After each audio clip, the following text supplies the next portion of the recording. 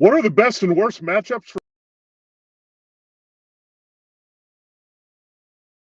football for the early games on the Week 14 NFL schedule? Here and right now as another Matchup Wednesday begins on Locked On Fantasy Football. You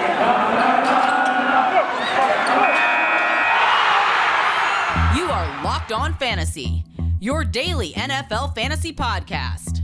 Part of the Locked On Podcast Network, your team every day.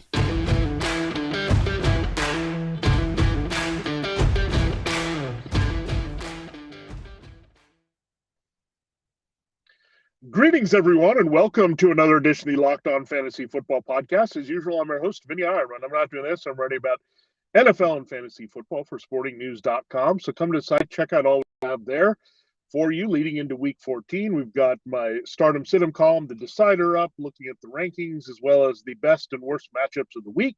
That's what we do here in the middle of the week, and we're going to continue to do that. We still have Week 14, 15, 16, 17, all the way through 18 to do this here for you. Then we'll keep it going for the playoffs as well. But critical Week 14 here, as we have an extra week in the fantasy football season. A lot of you will be turning to the playoffs there in Week 15. Some leagues pushing that to Week 16 there, depending on the size of your league. But regardless, a highly critical week here for your fantasy football teams and production in season long. So we'll get into all that here.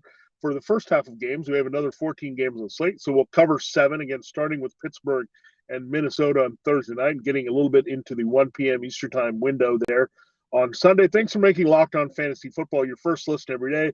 We are free and available to you on all platforms. Our title sponsor today is On Location, the official hospitality partner of the NFL. It's the only place to score once-in-a-lifetime Super Bowl ticket and experience package. Visit On Location, exp.com/SB56 for more information, or search Super Bowl On Location. All right, let's dive right into the Steelers-Vikings game here. And I broke it down at Sporting News. You can check it out later in the day. Steelers-Vikings, the Vikings are surprisingly, to me, 3-point favorites in this game. The momentum is all seemingly with the Steelers in this one, as well as the health of the players. We'll get into that. 43.5, so not expecting a lot of scoring in this one, but I think there's a chance it could go over. I have it pretty close here. I like actually the Steelers to win the game here outright. So, and with the 3-point spread, you're just basically dealing with home field advantage here on a short week. So let's look at Pittsburgh. Let's start with them. Ben Roethlisberger's played really well here of late. He's had 3 multiple touchdown games in his past 4. So forget about what was there early in the season. I think there's a bit of settling into this offense by Roethlisberger. Remember, early it was Matt Canada. Did he really fit in this offense? But now they're settling in. They've found their guys, which is important. Deontay Johnson has really emerged as a number 1 wide receiver for them. He's been a wide receiver too in fantasy, but last week he exploded with a couple touchdowns against the Ravens, making some big plays downfield. Chase Claypool had some opportunities, didn't come through. He's really struggled here. And what's really been surprising is the fact that the Steelers don't design ways to get him going in the red zone. And part of it is that Pat Freiermuth has been a force there, and Najee Harris. They've had somebody else being able to finish in the red zone. But I think it's a chance for Chase Claypool to make some big plays. We know between Patrick Peterson and Bashaud Breeland, the Vikings have not been very good at all in the back end. Last week, they made the Lions pedestrian wide receiver core look like Hall of Famers all the way down to the end. We also know they're pretty shaky in the middle there with Cameron Dantzler. So if they move around Johnson and Claypool, both of these guys should be highly effective in this game. So I love Johnson.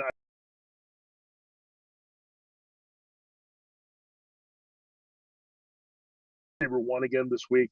Claypool has been struggling to be, which has not been the case. He's only had 1 score, so well overdue for that. Well overdue for a big play touchdown here. I mean, he's averaging more than 16 yards per reception, so it's going to come at some point. And this is a good game because of his speed, size, can really maybe burn things. And the great thing about this game, when we're looking for passing game numbers, it's in a controlled environment, so no wind elements to worry about here and all that. Roethlisberger can push the ball downfield. I know his arm has been shot and it's not the same, but there are some chances here to get Claypool going. And we saw some nice long plays to Johnson last week. So encouraging signs from the Steelers passing game. So your player principles in that. I like Ben Roethlisberger as a sneaky back end top 12 to 15 QB this week. Look at Johnson, Claypool, love them. Also like Pat Freiermuth. On paper, the Vikings have been pretty good against the tight end, but did allow a red zone score, their short one, to T.J. Hawkinson of the Lions last week. So really feeling Freiermuth to keep it going here. It was a little bit disappointing last week. Relied on the 2-point conversion for his points, but he'll get some more opportunities here, I think. So chance for this game to be a much higher scoring than we think, or at least on that line where the Steelers have some success here. So I think Najee Harris puts together a good game here. I think he's RB2 for sure. RB1 is a little bit tough when he's not scoring consistently, but he'll get enough touches here. But he'll mainly do it maybe more through the passing game, even though this is a pretty good matchup for the running game. I think you're looking for a good 100 yards from scrimmage from Harris, but again, the touchdown a little bit more volatile for him. Again, much better matchups here across the board for the receivers. But everyone that start him if you got him for the Steelers. And look, if Johnson and Claypool and Harris can all produce in the passing game and Freiermuth can be a factor, that adds up to Roethlisberger putting up some good numbers, and I think that happens here. Now, the Steelers' defense, he may be on the fence, but T.J. Watt's back. He looks pretty good. Minkah Fitzpatrick is making plays again. This team is going to heat up here with the pressure on the other teams and the back end. Kirk Cousins is not a good primetime quarterback, especially in bigger name matchups here. So watch out. And Christian Darrisaw, their fine rookie left tackle, the first rounder from Virginia Tech, is going to miss another game here. So that helps as well. And Adam Thielen not going to be playing for the Vikings. So Steelers defense, Chris Boswell, start him if you got him, basically, with the Steelers. Within reason, we're not going to extend to James Washington or any of their complementary backs in this game. Now, the Vikings, we mentioned Adam Thielen, high ankle sprain against the Lions. It was a bummer. He had to exit the game early. But what happened there was KJ Osborne stepped up. He actually put up some wide receiver 2 numbers with a touchdown in that game. So Osborne is going to seamlessly be the guy opposite Justin Jefferson. The secondary for the Steelers has Joe Hayden, but he's been banged up and hurt. They're better inside, so you have Minkah Fitzpatrick there. So it might have been tough for Thielen anyway, but that's also going to be making it tough on Tyler Conklin at tight end. The Steelers don't give up much to that position at all. So it's going to be a Justin Jefferson and KJ Osborne game. Jefferson, they'll do their best, bracket coverage, try to take him out of the game, but he's just too good. He's always a wide receiver 1 to me. Osborne has wide receiver 3 value. There, Alexander Madison, RB1 value. I think what you'll see, Vikings start to run the ball often here on the Steelers. Steelers run defense, we know, is a way to attack them, avoid T.J. Watt in that pass rush. So Madison, again, will get a big workload. Dalvin Cook did get in some limited practice, but all reports say he's going to miss one more game. He's getting closer to a return here, but shoulder injury is a tough thing to come back from. The Vikings are not hurting necessarily at that spot with Madison producing. So that's going to also be making them be more careful, because that's not why they're losing games. It's because they're not finishing games here pretty well. So again, Madison, Jefferson, 2 guys that kind of sound like presidents, and Osborne, who sounds like a Spider-Man villain here. So those are 3 guys. But the guy I do not like in this game, even though I told you about Jefferson and Osborne, I think he can do much better. He's going to finish outside of the top 12 to me this week is Kirk Cousins. Kirk Cousins is going to have some turnovers. He's going to be pressured into mistakes. So he'll get a few big plays, but maybe get to the 2 touchdown passes. But again, the low-scoring nature of this game, I like Roethlisberger a lot more against his Vikings pass defense than the other way around here. Again, Thielen is the guy for Cousins. He still was able to put up the numbers with Osborne and Jefferson last week, but it was a grind. It was a struggle. And again, primetime Kirk Cousins always disappoints here. So you should find some better options this week, hopefully on your team. If you've been kind of playing Cousins in a platoon situation, your other guy probably is in a better spot this week, but just outside the top 12 for me is Cousins. And I'm not going to play the Vikings defense. I mean, last week, I've seen enough. They didn't play well against the Lions. That was just a big disappointment. I know it's home, emotional primetime bump and all that, but the Vikings are just not good. They just don't have enough players there. They're good at rushing the passer. That's about it, but everything else is a mess. And the Steelers, I think, will be effective passing where Roethlisberger won't turn over the ball or be dropped much in this game. All right, the next game we'll talk about here in the early windows, Raiders-Chiefs. So we're getting a pretty big game that we'll talk about here. on Sunday. It just goes back to ordinary time. So no primetime appearance there. But let's look at this game. 9.5-point favorites. The Chiefs are at home. So the Raiders are really fading here pretty badly. They lost to Washington. It was a tough one as the Washington football team won the last minute. The Chiefs just kind of rolled against the Broncos there. So 48.5 is the over-under. Let's quickly look at the Raiders. I'm not going to go with Derek Carr. I mean, this has just been ugly. Darren Waller probably going to miss another game. We'll watch that. But if Waller misses, I think you look at Foster Moreau more favorably here, and Hunter Renfrow. It's going to be Moreau and Renfrow and Moreau. Those are probably going to be the guys. Josh Jacobs has been pretty solid here. That's the other thing about the Raiders. They've been more run-heavy with Jacobs, and he's producing. There's no Kenny Drake anymore. He broke his ankle there, so he's out for the season. Jalen Richard is a blip on the radar. So this is going to be a heavy Josh Jacobs usage game. That's also going to hurt Carr's passing numbers downfield.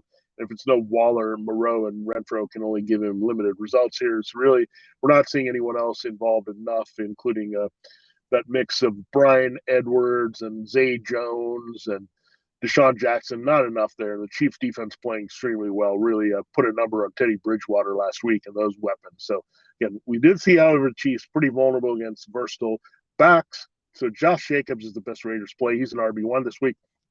Renfrow comes in to me as a wide receiver 2, and Moreau as a back-end tight end 1. Should Waller miss the game, he should see a few more targets this week. Not going to play the Raiders defense. No, not on the road at Arrowhead. Let's look at the Chiefs.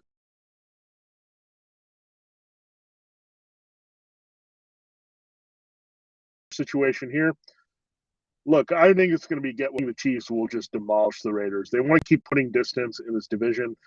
It's a big spread, big number in their favor here. So I don't think the Raiders can cover Tyreek Hill. They've got Casey Hayward and some guys who have done okay, but they also can't cover the tight end we saw last week against Logan Thomas before he got hurt. Kelsey will smash it.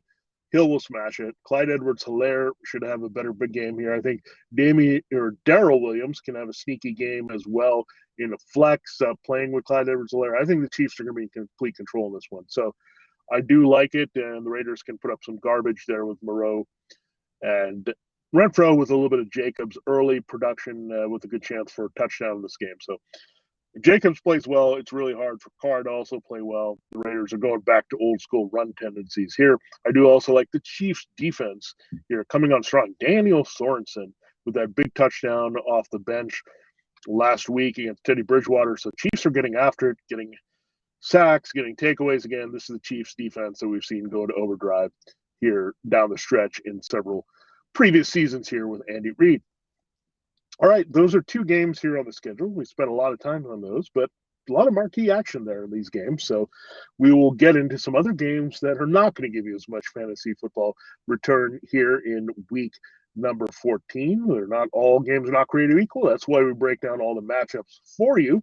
Before we get into our next segment and a couple other games here, I'm going to tell you more about On Location. Super Bowl 56 at SoFi Stadium is less than 100 days away, and On Location, the official hospitality partner in the NFL, is the only place to score a once-in-a-lifetime Super Bowl ticket and experience package. Select your exact seats and choose from elite experiences featuring exclusive pregame celebration with NFL legends, 5-star LA hotels, and food by the great chef Wolfgang Puck. Visit onlocationexp.com/SB56 for more information or search Super Bowl On Location. That's onlocationexp.com/SB56 or search Super Bowl On Location. BetOnline has you covered all season for more props, odds, and lines than ever before as football season continues the march to the playoffs, and we're already here in the playoffs for college football and the bowl games around the corner. NFL is marching there as well. BetOnline remains your number one spot for all the sports action this season. Head to our new updated desktop or mobile website to sign up today and receive your 50% welcome bonus on your first deposit. Just use our promo code LOCKEDON to receive a bonus from basketball, football, NHL, boxing, UFC, right down to your favorite Vegas casino games. Don't wait to take advantage of all the amazing offers available for the 2021 season. BetOnline is the fastest and easiest way to bet on all your favorite sports. BetOnline, it's where the game starts. All right. Thanks again for making Locked On Fantasy Football your first listen every day. We're free and available to you on all platforms. We mentioned some lower scoring games on the horizon. Let's go to the Saints-Jets game, shall we? We drop, actually, both of these games we're going to talk about in this segment. 43.5 is the over-under. The Saints are 5.5-point road favorites. I actually kind of like the Jets to win this game. Just kind of a grindy attrition game. Taysom Hill on the road. Looks like Alvin Kamara could return. We're not 100% sure from the knee injury. We'll have to see the practice development throughout the week here, but you figure with a little extra time, that should help Kamara get on the field. If Kamara's in, this is the best ticket for the Saints to win this game and rebound from that Cowboys disaster there on Thursday Night Football last week. So Taysom Hill looks like he'll get the start. Taysom Hill's a back-end QB1 whenever he plays because of the rushing upside.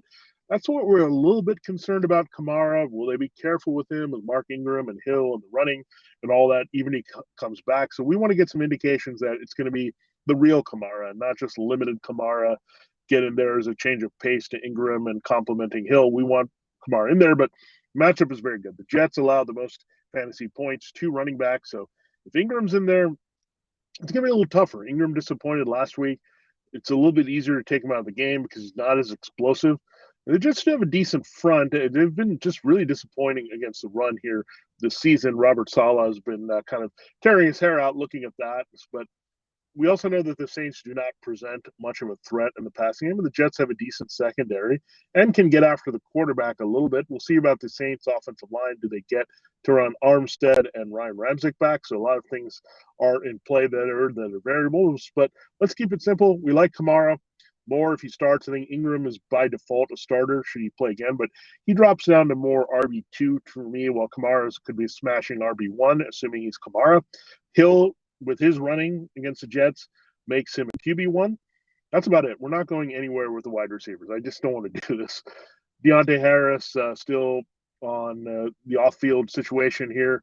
Marquez Callaway, Traquan Smith. This is going to be little Jordan Humphrey again. I'm just tired of this. I just don't want to invest in the Saints wide receiver core in a critical week, especially when the Jets' strength is the secondary and rush, and their big weakness is definitely the running game. So Hill runs to points, Kamara runs to points, Ingram runs to points. That's about it. You can also play the Saints defense there this week with Zach Wilson. They've said always a good candidate to mess things up here, but be wary. It's on the road. The Saints don't play as well outdoors here typically. They did lose, by the way, at home to the Giants in a game. So maybe it's a double New York thing that happens here this season. So keep that in mind. With Zach Wilson, his best targets are going to be Elijah Moore. He's going to get it done again. I don't care about Marshawn Lattimore being on the other side at this point. Elijah Moore's on fire. He's gotten done with 4 different quarterbacks here for the Jets. Really, so he's quarterback proof. He's matchup proof. They can move around. He's just a unique rookie talent here. So he gets it done. Corey Davis is on the shelf for good here. So that bumps up Jamison Crowder, who they can use in the slot and also scheme open along with Moore. So Wilson's going to feel very comfortable throwing to Moore and Crowder, I think, all over the field. So Crowder, I think, has sneaky wide receiver 3 flex value in deeper leagues. Moore's in your lineup every week as a wide receiver 1-2 borderline. He's just been that good as a rookie. Now this backfield, we're going to avoid it. We're not going to go with Tevin Coleman or Ty Johnson. The Saints have always been pretty good against the run. It's a pretty simple game. We told you we would break down here, and that's how it is here. The Jets Saints don't expect a lot, and expect more from the Jets passing game, more from the Saints running game. That's how you kind of look at this game. Actually, the Jets are a sneaky play also defensively because, again, Taysom Hill didn't look very good passing the ball, and if they have to make him put it up a little bit, watch out for that. And I don't think the Saints are just going to be able to run and win this game. I think the Jets will provide some resistance here to make them do that. So interesting. I do like the Jets and a minor upside. At least like them to cover that 5.5. I think it's a little bit too generous here in favor of the Saints. The next game we'll talk about in this segment, the second and last game before we get to our final segment, Jaguars and Titans. The Titans are 8.5-point favorites coming back to play at home after their bye in Week 13. Let's start with them, shall we? Ryan Tannehill, I really like him in this game. I know the Jaguars' pass defense has been pretty good, but looks like Julio Jones may return. It done in different ways with his legs. Nick Westbrook-Akine also using the backs pretty well. So Ryan Tannehill's a sneaky play. A lot of people would say he's out of the top 12, but I think he has a chance to put up those type of numbers here with multiple touchdowns against the Jaguars. Probably one at least through the air, one at least through the ground, I think, for Tannehill. And Julio Jones is going to be the key. If he comes back from that hamstring injury, we know A.J. Brown's on IR. He's not ready to come back. Julio was on IR, but he's eligible to be activated this week. Things have been pointing upwards. He can destroy this Jaguar secondary. If that hamstring is not an issue and he gets Tyson Campbell and some of these weaker corners here, especially with Shaquille Griffin hurting for the Jaguars, I think really helps the situation here for the Titans' default number one receiver. So that's why they got Jones to make some plays opposite Brown, but now they might need him just to kind of save this receiving core. So if there's Jones in there and there's other guys, I think Tannehill can put up the numbers. So Jones, I like sneaky DFS play this week. And I'm going to be conservative and say he's useful as a wide receiver 3. That's all you can do with Jones. But this matchup actually says potential for wide receiver 2 if he can dominate targets and be in there without Brown. Now, in the backfield, I think you look at Dante Foreman as an RB2. I think you look at Dontrell Hilliard more as an RB2/flex in this. They're just going to feed these guys quite a bit here to make up for Derrick Henry's loss. Those guys are well rested. They settled on them as their committee, and I think they'll be effective. So I don't think you'll see Jeremy McNichols much in this game. They like Hilliard and his pass-catching abilities. Foreman is actually pretty good at that capacity as well. But good 1-2 punch in this backfield, and good for them to find something here with Darrington Evans hurt and McNichols not being a factor and Adrian Peterson being a disaster. So Titans are a very resourceful team. That's what we know about them. And I also love their defense this week. So a Dante Foreman Titans defense stack a little bit in DFS. Yeah, we'll take that here in this one because the Titans should be in full control. The Jaguars are just a lifeless blob of offense here. So on paper, this matchup is good for Trevor Lawrence, but every matchup has been good in some respects for Trevor Lawrence, but he hasn't had a multiple passing touchdown game since week 1 against the Texans. This is just atrocious, and it just seems to be going backwards. Laquan Treadwell was their leading receiver last week. They're doing everything they can to make Marvin Jones and Laviska Shenault meaningless. It's just very frustrating, especially with DJ Chark out. It just has been downhill. The wheels have come off on this offense. Last week, yeah, there was something else. Another shoe dropped that James Robinson struggled early, got that fumble, then got benched, and they tried to sell it as it was injury related, but they put him back in the game. Carlos Hyde, Urban Meyer's favorite running back from Ohio State. No, it's just awful. But I'm going to stick with James Robinson. I think Urban Meyer has to kind of realize that it was pretty ugly last week. So Herbs is going to get it done here with his futility. And so I'm going to say James Robinson, that's about it. And I'm not going to have high expectations given Herb's fickleness here with Darrell Bevel. It's really sad. It's just wasting some offensive potential here really badly. Would I extend to James O'Shaughnessy here? No. I'm not feeling it. I mean, they just cannot use their offensive weapons well. I think they need to clean it with Darrell Bevel and Brian Schottenheimer. Enough's enough here with Trevor Lawrence. So, yeah. So Robinson's the only Jaguar still after all these weeks in the most critical week here that you can trust. I wouldn't extend beyond that here. And again, Titans defense just smash it here as well. All right. We will get into the final few matchups here in the first half, including some marquee ones, Ravens, Browns, and Cowboys-Washington there for you. But I do have to tell you more about Built Bar. This holiday season, grab the protein bar that tastes like a candy bar, even better than candy bar. That's called Built Bar, filled with so much holiday goodness, rich with decadent flavor, covered in chocolate, but amazingly low in calories, sugar, net carbs, and fat, and, of course, high in protein. You get the best of both worlds, delicious and healthy, and you'll also get so many flavors here. Makes for a great stocking stuffer here, Built Bars. You'll have a hard time choosing. Will you have raspberry mint brownie, cherry or double chocolate, cookies and cream, or peanut butter brownie? Built Bar gives you that extra fuel you need to bust down those mall doors and battle all the holiday shoppers for your last-minute gifts. Or if you're just standing in endless shopping lines, Built Bar can give you that extra something to keep you going. So throw one in your jacket or purse. You never know when you're going to need it. And because it's a season of peace and love, don't bring up your favorite Built Bar flavor at family parties. People are so passionate about their favorite flavor, they'll fight for it, and things could get out of hand. So instead, take care of them, find out what their favorite Built Bar flavors are, and give them a little extra love this holiday season with something healthy that can get them on the go here during the holidays and beyond. Just go to Built.com and use the promo code LOCK15 to get 15% off your order. Use the promo code LOCK15 for 15% off at Built.com. Get on Built Bar now and make someone's holiday a little bit brighter, even if it's your own here with Built Bars. All right, it's time to close the show. We've looked at the 4 matchups here from week 14. We'll look at 3 more there through the 1 p.m. Eastern time window. Then we'll focus on the later games all the way through Sunday night, Monday night football. We have some big ones there we'll talk about tomorrow, including Bills, Buccaneers, and Rams, Cardinals.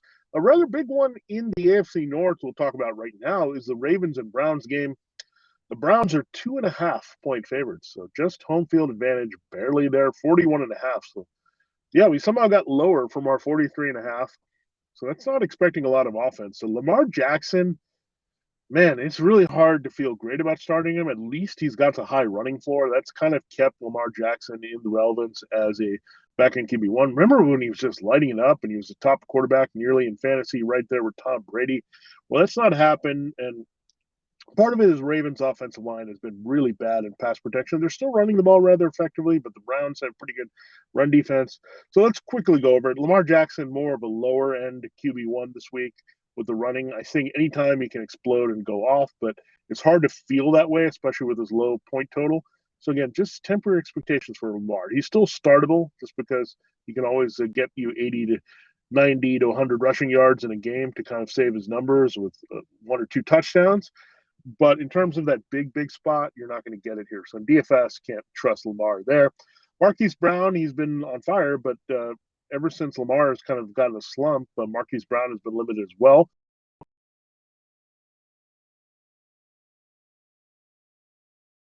You can't really trust Rashad Bateman, especially the way they're using Sammy Watkins again all of a sudden. So that's been disappointing there. So Bateman not on the radar, Watkins not on the radar. So hope for the best for Marquis Brown. Hope for a little bit better for Mark Andrews there.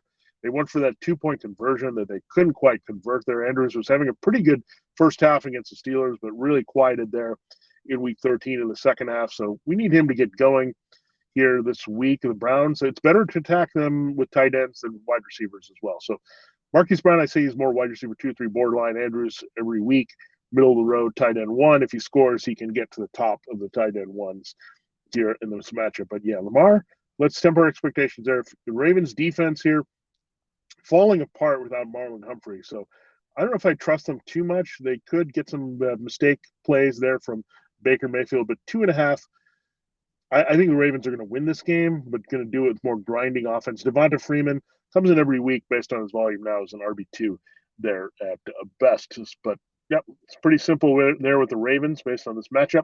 The Browns, Baker Mayfield, you can't really play him. We know that just based on things. But there are some decent matchups here for Jarvis Landry and Austin Hooper. So I think there's a chance you could extract 250 and 2 from Mayfield, but let's hope you have better options. Unless you're really desperate, Mayfield is not the play here this week, given his results of the season. But I like Jarvis Landry a lot. Marlon Humphrey's down for the season as well for the Ravens, so they've lost a lot. Marcus Peters was gone before the season.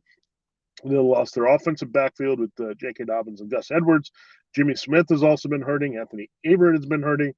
So that's an opportunity here for Landry and Hooper, as the Ravens are also not good at safety without Deshaun Elliott back there either. So yeah, it's going to be a simple Landry-Hooper game, I think. So Hooper has some value as a sneaky back-end tight end 1. Potentially, if he can score a touchdown, Landry should do it by volume in this game. Don't expend to Donovan Peoples-Jones or anyone like that. So Landry-Hooper going back to basics, and we know what the other part of the basics are for the Browns, Nick Chubb and Kareem Hunt. So Nick Chubb comes in an RB1, and Kareem Hunt is an RB2. Simple there. That's how the Browns are going to try to win this game here against the Ravens. And Browns defense, I like a little bit better than the Ravens defense this particular week as well. I think it's going to be living up to low scoring potential. So be wary of having too much exposure to this game, except for the principals.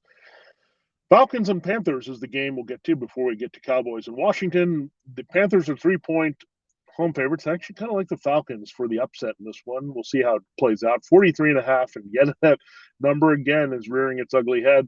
Let's start with the Panthers. I actually kind of like Cam Newton this one. I kind of a little bit like Matt Ryan. I do like Cam Newton a little bit more in this game because of the running element and just having DJ Moore having a great matchup against this Falcons secondary. So DJ Moore locked in. I think he's more of a wide receiver 1 this week. That's how good this matchup is. Robbie Anderson, hard to trust. He is pretty good in December. We know that, but again, this may be a chance to get Anderson more involved after they fired their offensive coordinator, Joe Brady. Will he step up and have a bigger role? We'll have to see here this week. So I'll be wary with Anderson. he's hit or miss. He's a boomer bust play. He could have a big play and score, or he could totally disappear from the game plan. They just feed more and more and more and more. And the other thing that I like in this game, Chuba Hubbard. I mean, the Falcons got smashed all over the field in the running game as well as the passing game last week. So I think it's going to be a lot of keep it simple, a lot of Moore, a lot of Hubbard, a little bit of Amir Abdullah, maybe out of the backfield, but Cam Newton running as well. So Cam's running helps Hubbard filling in for McCaffrey again for the rest of the season here. So yeah, just be wary. Don't extend too much again. That's the key thing about week 14. Don't try to get cute and try to get yourself in situations where you may get very limited return, where sometimes you just want to go for the basic pointage. So Hubbard should be solid as an RB2. Cam is a sneaky QB1 in deeper leagues. DJ Moore should have a really good game here. That's really why I like Cam Newton in this one to produce. He does not going to have to do much, and the Falcons matchup is great. He typically plays well against Atlanta, either home or away. For the Falcons side of things, Matt Ryan, bit tough. The Panthers' pass defense can be tricky, so I would try to avoid Matt Ryan because he's very volatile. We don't want volatile players either. He could have a very good game. He could have a terrible game. We know that's been Matt Ryan's entire season here. I do like his receiver, though, Russell Gage. He's had 2 straight big games in a row. They kind of embraced him as the default number 1 with no Calvin Ridley here for the Falcons. So I like that development here for Gage. He's going to dominate targets. Let's hope that opens things up for Kyle Pitts. He's been disappointing of late. I think they're forcing him too much into a wide receiver-like role. You let him work as a tight end. This is where you can attack the Panthers here. So Kyle Pitts, I think, has a decent rebound game. He's still a back-end tight end 1 because this position doesn't have a lot here. So keep that in mind. But Gage comes in as a wide receiver 2. I think with the way he's being used here for the Falcons, at worst a wide receiver 3, and very playable this week. Cordarrelle Patterson's playable all the time. He's more of an RB2 this week. You're not going to extend to Mike Davis. Don't play into the revenge game narrative too much. The former Panther, he was the guy that was replacing McCaffrey last year. He did score and look okay last week, but it's still the Cordarrelle Patterson backfield. So just keep it simple with Patterson, Gage, and Pitts. Let's just go with the guys that we know have been producing for the Falcons. And I do like the Falcons just to kind of sneak away this game. One of those low-scoring, grinding games, using their principles of Patterson and Pitts and Gage to try to upset the Panthers, who will lean a lot on Moore and Hubbard and Newton. Finally, we'll look at the game Cowboys and Washington football team. Don't forget, we'll have 7 more games to talk about. So this is finally for this show and this segment here. The Cowboys are 4-point road favorites here in the nation's capital. 47.5 is the over-under. So we're back up. This is the second highest total that we've talked about today behind the Raiders-Chiefs game. And we do have some massive point totals that we'll talk about on tomorrow's show to break down there with some of those marquee matchups closer to the end of the week. Here, I think this is going to be an over-type game because you look at the Cowboys, and let's look at their matchups across the board. WFT is playing a lot better defense, but Montez Sweat could be out again. He's on the COVID protocol list. We know there's no Chase Young. We've been waiting for Dak Prescott to go up. What we need is the other team to be competent in offense to help Dak Prescott throw for high volume. And I think it's going to happen here with Taylor Heineke. So let's go down the line here. Dak Prescott, solid QB1 this week. He can find matchups to exploit in this Washington team. They could also be contained in the running game. So be wary of Ezekiel Elliott. A little bit of touchdown volume dependent still. Hopefully he's a little bit healthier now that he's had the long week here to heal up. I don't like Tony Pollard. Washington has been pretty decent against the run. So I'm not going to extend beyond Elliott there in the running game, but let's look Prescott QB1. I think Amari Cooper finally will go off here and do damage. They are not very good at covering the slot, the Washington football team, so that's great for CeeDee Lamb. I think Michael Gallup will also do some damage here. So really the odd person out here is Dalton Schultz. WFT is pretty decent against a tight end. We saw they only held Foster Moreau to 1 catch last week. So it's all about the wide receivers, all about Dak. Limited the returns on Elliott, but they'll get in the red zone a few times to help Elliott there, and you'll also be involved a little bit as a check down this week. So I think we'll see a healthy Zeke for the first time in several weeks, the extra rest here. So let's hope that's the case here, that we'll see more of his regular. But still, you have to cap him at RB2 because of that. But going down the line, I think CeeDee Lamb is a wide receiver 1, Amari Cooper is a wide receiver 2, and Gallup is a wide receiver 3 this week. Dalton Schultz just out of the top 12 for me. Tight end, if you need him, go ahead and play him, but not recommended to me based on this matchup. All right, let's look at the other side. Taylor Heineke, great streamer this week. He looks really good. He's distributing the ball very well. He did lose Logan Thomas last week to a knee injury. So that's kind of a bummer. But this is a bounce back game for Terry McLaurin, and these other receivers can make some noise here. Trayvon Diggs has been good in coverage, but McLaurin is a tough assignment for him. He's just versatile. He can get open all over the field. He's got good speed. It can get past him. So I like McLaurin to have a big bounce back week, which will help the numbers of Taylor Heineke. He'll find other tight ends to throw to. You'll also use Antonio Gibson well in the backfield. We know Antonio Gibson really had great success against the Cowboys last season as a rookie. He's come on strong. We'll see about J.D. McKissic returning, but come on. We've seen the way Gibson has played all around the past 2 weeks. He's got to be the man. I think maybe they've been holding back a little bit with his usage because of that shin injury, but that does not seem to be as big of a factor here. So we'll see about McKissic and the concussion. Obviously, if he doesn't play, that's going to make you feel better about Gibson in his all-around role. He did have a receiving touchdown the second after Thomas for Heineke last week. But Gibson is in as an RB1. McLaurin is going to bounce back as a wide receiver one this week. Tight end's hard to trust anyone, especially if Ricky Seals-Jones is not in there for Washington. You could look at a little DeAndre Carter this week. We'll see about Curtis Samuel, but Adam Humphries has also been coming on. The Cowboys can be a little exploitable in the slot, but I'm not going to extend too much. I think only if you're desperate, go for DeAndre Carter. But I'm feeling really good about McLaurin and Gibson, the two principals now, really dominating the touches and targets here for Heineke and helping him have a really good day in this one, as well as Heineke's legs. That's always nice. Prescott offers that a little bit, can pad the stats there, running on top of the passing.